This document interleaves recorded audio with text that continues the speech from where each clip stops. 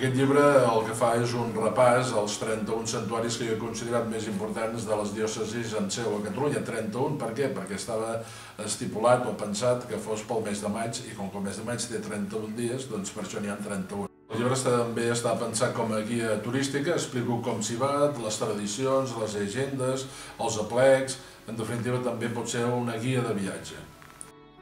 He intentat fer-lo en un llenguatge popular que no sigui massa teològic ni massa dogmàtic i que pugui arribar a totes les classes i totes les cultures en general. Un d'aquests santuaris és el de la Mare de Déu dels Àngels. És la patrona, podríem dir, dels gironins. Aquí als gironins hi pugem molt sovint, està només a 15 quilòmetres, hi pugen biciclistes, hi puja gent fent footing, hi puja gent a peu.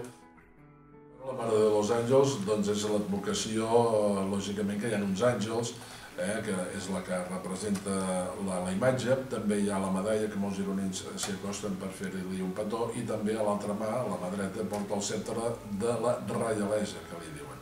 De Núria, Montserrat, Caral, la Cinta, doncs també hi ha la Mare de Déu del Mont, hi ha la Mare de Déu de la Mercè, lògicament la Mare de Déu de Montserrat, la Mare de Déu de Meritxell, la Mare de Déu dels Àngels. S'intenta més o menys que siguin els més importants.